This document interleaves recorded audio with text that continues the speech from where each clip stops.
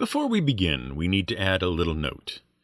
In our last episode, the Lost episode, we implied that the angry GM had ruined the Gen Con live show with his unplanned outbursts and interruptions. We also suggested he'd been punished for his infractions. The angry GM has since received several emails and private messages from fans reassuring him that his interruptions did not ruin the show, that they improved the show, in fact, and that he did not deserve to be punished. We want to reassure all of you that that line was a joke. The angry GM did not ruin the show. His interruptions were not unplanned. They were part of the script. He has not been punished. In fact, he was the one who wrote the line implying that he had ruined the show. As a joke. The angry GM appreciates the messages of support, though. It was very kind of you to reach out to him. But he's not in any trouble at all. He is also resisting the urge to create more trouble right now by implying that he is being held against his will and being forced to write this statement under duress. Because he really doesn't know when to stop joking. And Fiddleback has the patience of a saint for working with him. All right, that's cleared up. On with the show. This is GM Word of the Week, and I'm Fiddleback. Ranger.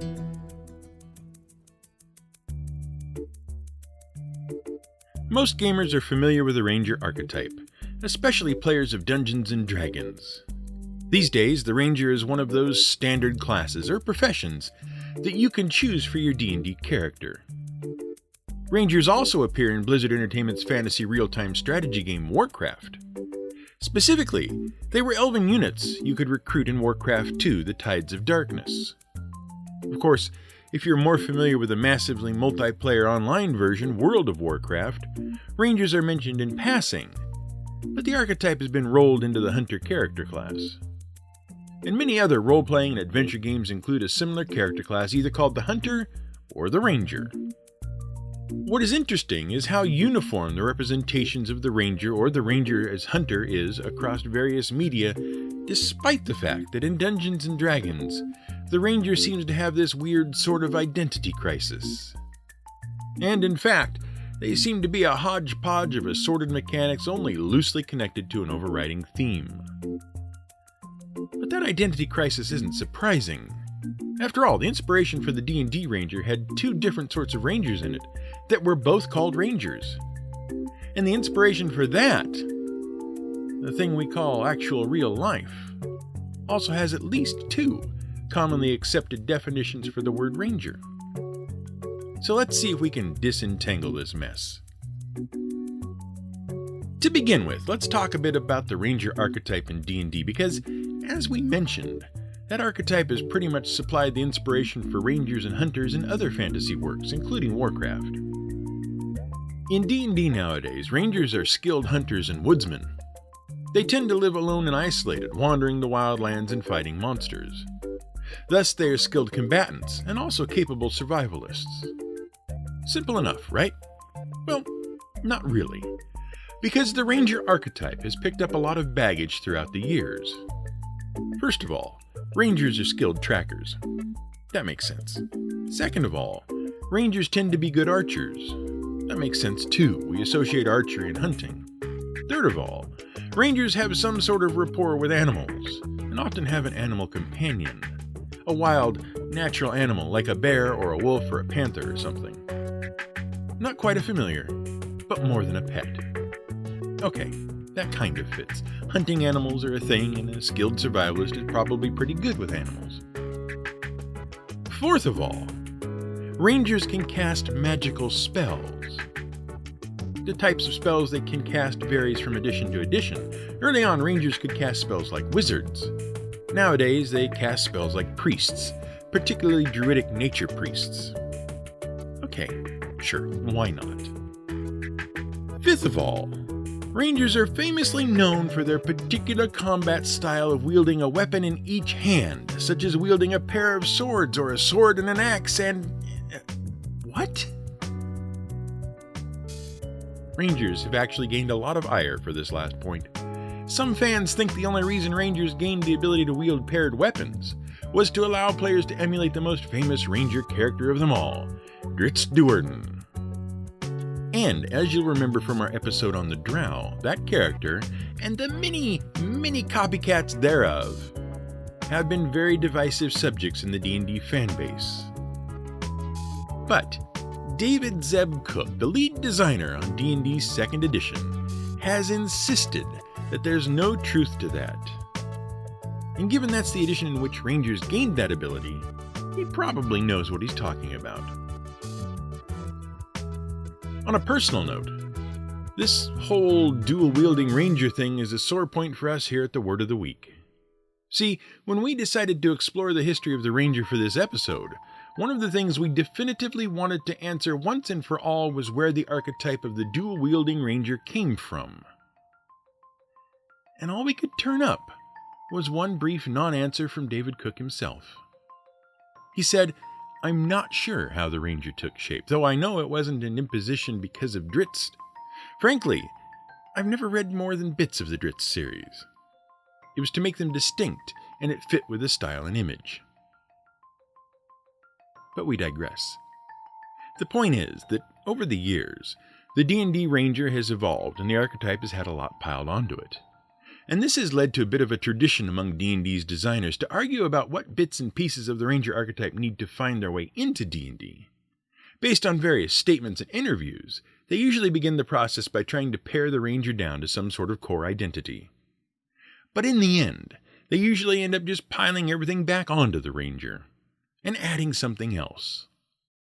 So, the modern Ranger that appears in the D&D 5th edition Player's Handbook has very little resemblance to the original Wilderness Hunter and Tracker that first appeared as a supplement to the original 1974 version of Dungeons & Dragons in the pages of the Strategic Review magazine. But where did the original Ranger come from? The one that inspired that first Ranger before the magic spells and 2-weapon combat and animal friendship stuff got added on? Well, the original Ranger came part and parcel with the basic fantasy universe that forms the core of the genre. It came from J.R.R. Tolkien. And at this point, we're going to forego discussing the history and publication of the Lord of the Rings series. Just pick one of our episodes at random, and there's even odds you'll hear about it. In the first book in the Lord of the Rings trilogy, we are introduced to a character known as Aragorn. Specifically, Aragorn II, son of Arathorn II, last of the Dunedain, descendant of Isildur, the last High King of Arnor and Gondor, wielder of the sword Anduril, the reforged Narsil, also known as Longshanks, also known as Strider, also known as the Chief of the Rangers of the North, also known as Viggo Mortensen in some circles. When Aragorn enters the story of the Lord of the Rings, he is introduced as Strider the Ranger. He's a skilled warrior and a survivalist. He acts as Frodo Baggins' guide and bodyguard through the wilderness of Middle-earth. He knows hunting, tracking, herbcraft, and guerrilla tactics. He is intimately familiar with the various monsters that dwell in Middle-earth, especially the monstrous orcs. And he is an extremely talented swordsman. He spends his time wandering on the fringes of civilization, opposing the enemies of the free peoples of Middle-earth. In that respect, he's a sort of guardian. So it's very easy to see where the germs of the Dungeons & Dragons Rangers came from. Skilled hunter, tracker, survivalist, and guerrilla warrior. Archery, ambidexterity, magic, and animal friendship, that would all come later. The history of the Rangers of Middle-earth is actually very interesting. Truth be told, the history of just about everything in Middle-earth is pretty interesting, and that's because Tolkien was one heck of a world builder. He published an entire book that was nothing but the mythology and history of Middle-earth. It was called the Silmarillion, and we've discussed it before. But it's worth taking a brief digression and talking about who the Rangers really were. The Rangers in Middle-earth were actually a very secretive order who protected the northern lands that included the town of Bree and the Shire, among many other lands. Because of their secretive nature and isolation, they were viewed with distrust, and some people even considered them dangerous. And that wasn't helped at all by their uniformly grim appearance and insistence on dressing in grays and greens to keep them hidden in the wild. They were also descendants of the rulers of the ancient kingdom of Arnor, which had once ruled over the lands they wandered. And the Dunedain, the people of Arnor, were themselves descendants of a people banished from paradise because they resented the gift of mortality that had been bestowed upon them. That's right, it was a gift. See, humanity was one of the two races who had been created by the great god of absolutely everything named Iluvatar. And Iluvatar actually favored humanity over the elves. Humans were his favorite things. So while he made the elves immortal and ageless, he granted men the gift of mortality. That is to say, humans would age and die, and when they died, their spirits would depart the world and go somewhere. By the way, if an elf managed to die, say due to accidentally being impaled by an orc, the elf's spirit would travel to a place called the Halls of Mandos, and they would be re-embodied. Thus, elves would last for as long as the elves would. Some humans, however, came to resent this gift of basically having their bodies start rotting around them from the moment they are born until they finally vanish from the world forever, never to be seen again. And they rebelled against the angelic host, the Valar, that ruled the world. It didn't help that the Valar had an awesome land that was an absolute paradise, and that the humans were banned from going near it. Sure, the Valar gave humans a nice land of their own near paradise called Numenor, but that was hardly a good consolation prize. And thus, humanity rebelled and became corrupted, and the land of Numenor was sunken into the ocean to teach the humans a lesson about gratitude. And the survivors sailed to the west, and founded the kingdoms of Arnor and Gondor. While Gondor survived, Arnor was racked by civil war, and ultimately destroyed, leaving only scattered settlements in the north. And the surviving descendants of the kings of Arnor, those were the Rangers. But here's where things get interesting. Those Rangers, the Rangers of the North, weren't the only Rangers in Middle-earth. There was another group of Rangers, the Rangers of Ithilien. While they were dressed in green and brown and used guerrilla tactics, they weren't survivalists at all. They were actually a special unit of the army of Gondor, tasked with harassing Gondor's enemies, including the various forces of the Dark Lord Sauron, as well as the barbarians of the Eastern lands. And they appeared in the second book of the Lord of the Rings trilogy, when Samwise Gamgee and Frodo Baggins are captured by them and brought before their leader, Faramir. Now, why is this interesting? Well, because in real life, when we hear about an organization named the Rangers, we think about two groups, assuming we don't think about sports teams. First, we think of forest rangers. And second, we think of army rangers.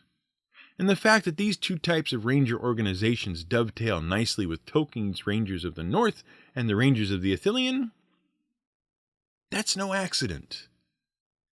Because both groups are older than you might think. First, let's talk about forest rangers. In the United States, we think of forest rangers as the guardians of national parks and preserves. We might also call them park rangers, and they serve similar roles as Canadian and British park wardens. The story of park rangers in the United States begins in the halls of Congress, with the passage of the Yellowstone Act of 1872. This act established the first ever federally protected national park in the United States, Yellowstone Park, which was also among the first national parks and preserves in the entire world. In the following years, the federal government would create additional national parks from federal lands in the western United States, and many other nations would also begin establishing their own government-protected parks, preserves, and monuments. Today, more than 100 nations contain a total of 1,200 national parks, preserves, or their equivalents. But we digress. Unfortunately, while the U.S. Congress established these parks, they didn't give any real thought to managing them. They basically just set aside the land and said, "There, those are parks. Pretty cool, huh? Everyone enjoy." No real thought was given to how to maintain the parks, to protect the lands, to protect the visitors, and to manage their use.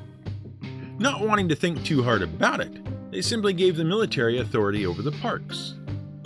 But the soldiers tasked to serve in the national parks had no particular expertise in protecting park resources or providing education and visitor services, and manning the parks with military soldiers proved to be very expensive. In 1898, Congress began seeking an alternate solution. 3 parks in California were given funding and special leave to hire a so-called forest supervisor and a small force known as Special Forest Agents, also known as forest rangers, to protect and manage the reserves. For a time, the military and the forest agents shared the duties of protecting and overseeing the national parks. By 1905, it became clear that civilian, rather than military management, was the way to go. And so management of the national parks was transferred to management by the Department of Agriculture, and the name was changed from Forest Rangers to Park Rangers. Then, in 1916, President Woodrow Wilson formed the National Park Service, a government department specifically tasked with governing America's national parks. And the park's protectors were officially renamed to National Park Service Rangers. And since that time, our national parks have been protected by those rangers. The duties of the park ranger have grown over time, and today they handle a long list of things.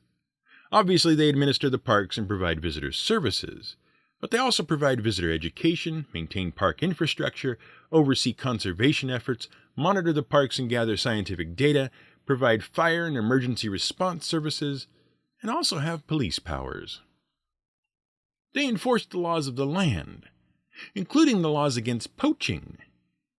And it's that last part that ties them to a much older group. See, rangers have been protecting the government's lands for a lot longer than you might think.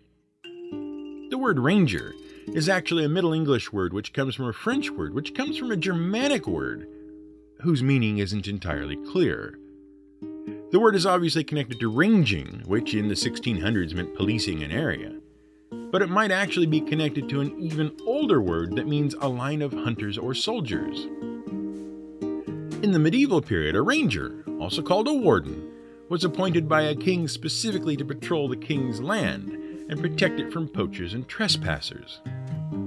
See, once upon a time, the king owned all of the land, and it was illegal for anyone to hunt without permission.